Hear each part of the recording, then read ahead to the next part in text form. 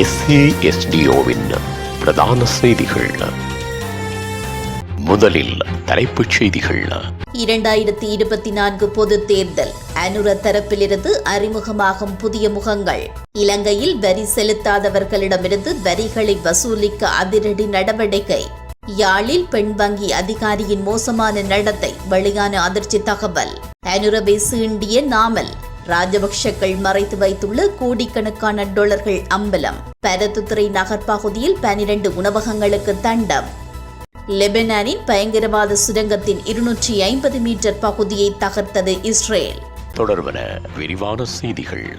தாயகச் செய்திகள். எதிர்வரும் பொது தேர்தலில் பொறியியலாளர்கள், வைத்தியர்கள், சட்டத்தரணிகள், வர்த்தகர்கள், கலைஞர்கள், மாணவர் தலைவர்கள், விவசாய தலைவர்கள் என்று பல புதிய முகங்களை முன்வைக்க ஏற்பாடுகள் செய்யப்பட்டுள்ளதாக தேசிய மக்கள் சக்தியின் நிறைவேற்று உறுப்பினரும் முன்னாள் தென் மாகாண சபை உறுப்பினருமான நளின் கேவகா தெரிவித்துள்ளார்.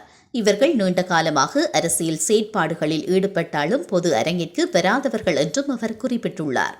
1948 ஆண்டிற்கு பின்னர் இலங்கையின் அரசியல் வரலாற்றில் தந்தை மகன்கள் இல்லாத, செல்வந்த குடும்பம் மற்றும் கடத்தல்காரர்கள் இல்லாத மிகவும் புத்திசாலித்தனமான குழுவிற்கு போட்டியிட தேசிய மக்கள் சக்தி வேட்பு மனுக்களை வழங்க திட்டமிட்டுள்ளதாகவும் அவர் மேலும் சுட்டிக்காட்டியுள்ளார். இதேவேளை எதிர்வரும் பொது தேர்தலில் வாக்காளர்களுக்கு நாடாளுமன்றத்தை சுத்தப்படுத்துவதற்கான சந்தர்ப்பம் கிடைத்துள்ளதாகவும் அவர் மேலும் சுட்டிக்காட்டியுள்ளார். 2024 ஆண்டின் முதல் 9 மாதங்களில் 1417 பில்லியன் ரூபாய் வரி வசூலிக்கப்பட்டுள்ளதாக உள்நாட்டு இறைவரி திணைக்களம் தெரிவித்துள்ளது. இது 2024 இலக்கிடப்பட்ட வருமானத்தில் 70% என்று இறைவரி திணைக்களம் வெளியிட்டுள்ள அறிக்கையில் தெரிவிக்கப்பட்டுள்ளது. இதேவேளை வரி செலுத்தாத நபர்களை அடையாளம் கண்டு அவர்களிடமிருந்து வரிகளை வசூலிப்பதற்கும் எதிர்பார்த்துள்ளதாக உள்நாட்டு இறைவரி திணைக்களம் அறிவித்துள்ளது. யாழ்ப்பாணத்தில் அமைந்துள்ள வங்கியொன்றில் பணிபுரியும் பெண்ணொருவர் போதைப்பொருள் பாவனைக்கு அடிமையாகியுள்ளதுடன் மிக கேவலமான தவறான நடத்தையில் ஈடுபட்டு வருவதாகவும் கூறப்பட்டுள்ளது. பதிலே எல்லை பகுதியில் உள்ள சுற்றுலா பங்களா ஒன்றை வாடகைக்கு எடுத்த யாழை சேர்ந்த வர்த்தகர்கள் என்ற போர்வையில் இயங்கும் பணக்கார காமாலி கும்பலை சேர்ந்த 7 பேர் வாகனம் ஒன்றில் குறித்த பெண் அதிகாரி மற்றும் குறித்த வங்கியின் தென்பகுதியை சேர்ந்த கிளைகளில் பணியாற்றும் 3 பெண் ஊழியர்களுடன் தங்கியிருந்ததாக கூறப்படுகிறது. அங்கு போதைப்பொருள் பாவனையில் ஈடுபட்டதோடு குற்ற கும்பலை சேர்ந்த 7 பேருடனும் தவறான நடத்தையில் மாறி மாறி ஈடுபட்டு அவற்றை வீடியோவாகவும் பதிவு செய்துள்ளதாகவும் தெரிய வருகிறது. போதை மயக்கத்தில் இந்த காணொலி காட்சிகளை சிங்கள வங்கி ஊழியரான பெண்ணொருவர் தனது டிக்டாக் தளத்தில் பதிவு செய்துள்ளார். இதனையடுத்து அந்த காட்சிகள் சில சிங்கள சமூக வலைதளங்களில் வெளியாகியுள்ளதாக தெரிய வருகிறது. குறித்த காட்சியில் நிர்வாண நிலையில் மிக கேவலமான செயற்பாட்டை செய்தவர் யாழ்ப்பாணத்தை சேர்ந்த பெண் வங்கி அதிகாரி என்றும் கூறப்பட்டுள்ளது. குறித்த காட்சிகள் தற்போது பெண் வங்கி ஊழியர் மற்றும் சமூக வலைதளங்களில் இருந்து அகற்றப்பட்டுள்ளதாகவும், ஆனால் தவறான சமூக வலைதளம் ஒன்றில் அந்த காட்சிகள் தற்போதும் இருப்பதாகவும் கூறப்படுகிறது. யாழ்ப்பாணத்தில் அமைத்துள்ள குறித்த வங்கியின் 37 வயதான பெண் அதிகாரி நீண்ட காலம் கொழும்பில் வாழ்ந்து வந்தவர் என்பதுடன் திருமணமாகி விவாகரத்து பெற்றவர் என்றும் கூறப்பட்டுள்ளது. யாழ்ப்பாணத்தில் உள்ள பிரபல வர்த்தக நிலையங்களின் முதலாளிகளின் பிள்ளைகள் தற்போது குழுக்களாக செயற்பட்டு வருவதாகவும், அவர்கள் மிகவும் மோசமான செயலில் ஈடுபட்டு வருவதாகவும், போலீசாரின் செல்வாக்குடன் பலரை அச்சுறுத்தி வருவதாகவும் தெரியப்படுத்தப்பட்டுள்ளது. உகண்டாவில் ராஜபக்ஷக்கள் மறைத்து வைத்துள்ளதாக கூறப்படும் கோடிக்கணக்கான டாலர்களை மீட்பதற்காக அரசாங்கத்திற்கு அதிகபட்ச ஆதரவை வழங்க தமது கட்சி தயாராக இருப்பதாக ஸ்ரீலங்கா பொதுஜன பெரமுனவின் தேசிய அமைப்பாளர் நாமல் ராஜபக்ஷ தெரிவித்துள்ளார். உகண்டாவில் நாங்கள் பணத்தை மறைத்து வைத்துள்ளோம் என்று யாரேனும் கூறினால் அந்த பணத்தை நாட்டிற்கு கொண்டு வந்து வெளிநாடுகளின் கடனை அடைத்து விடலாம் என்றும் அவர் குறிப்பிட்டுள்ளார். இலங்கையில் இருந்து சேசல்ஸ் மற்றும் உகண்டாவிற்கு விமானம் மூலம் கொண்டு செல்லப்பட்டதாக கூறப்படும் பணத்தை இந்த அரசாங்கத்தினால் மீள கொண்டுவர முடியும் என்று தாம் நம்புவதாகவும் நாமல் ராஜபக்ஷ மேலும் குறிப்பிட்டார்.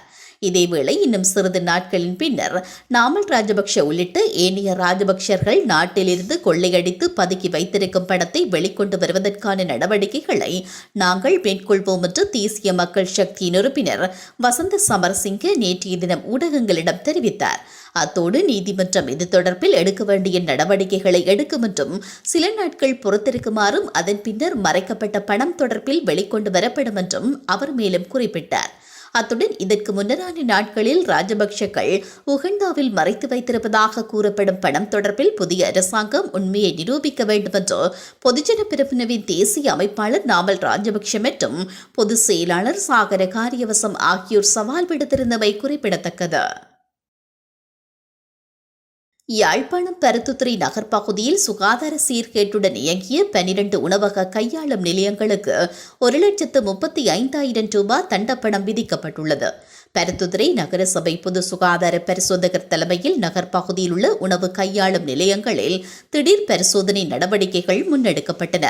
இதன்போது சுகாதார சீர்கேடுகளுடன் சுகாதார நடைமுறைகளை பின்பற்றாத வகையிலும் இயங்கிய 12 உணவக கையாளும் நிலையங்கள் அடையாளம் காணப்பட்டு அவற்றிற்கு எதிராக பருத்தித்துறை நீதிவான் நீதிமன்றத்தில் வழக்கு தாக்கல் செய்யப்பட்டது.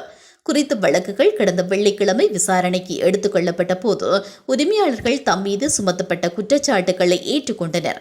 இதனை அடுத்து அவர்களை எச்சரித்த நீதிமன்றம் அவர்களுக்கு 1,35,000 ரூபாய் தண்டம் விதித்துள்ளது. உலகச் செய்திகள். லெபனானின் தெற்கே அமைந்து பயங்கரவாத சுரங்கத்தின் 250 மீட்டர் பகுதியை தகர்த்துவிட்டோம் என்று இஸ்ரேல் பாதுகாப்பு படை தெரிவித்துள்ளது.